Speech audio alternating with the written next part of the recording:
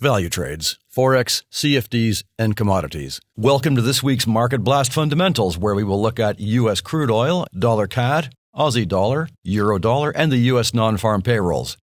We are still seeing US dollar strength right across the board, and with the new US-China tariff starting today, we will be watching key economic indicators this week and over the next few months to see what effect this will have on the US economy.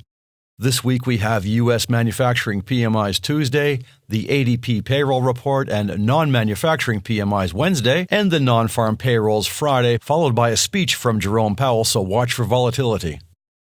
The pound will be affected this week by Wednesday's inflation report hearings, but watch for volatility at any moment as the UK Parliament is again in chaos with Brexit confusion and possible internal rebellions.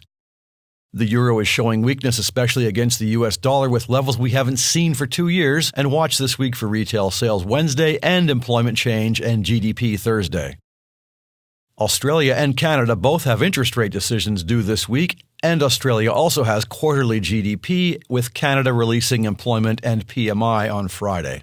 And finally, keep an eye on the price of US crude oil, as this often has an effect on the Canadian dollar.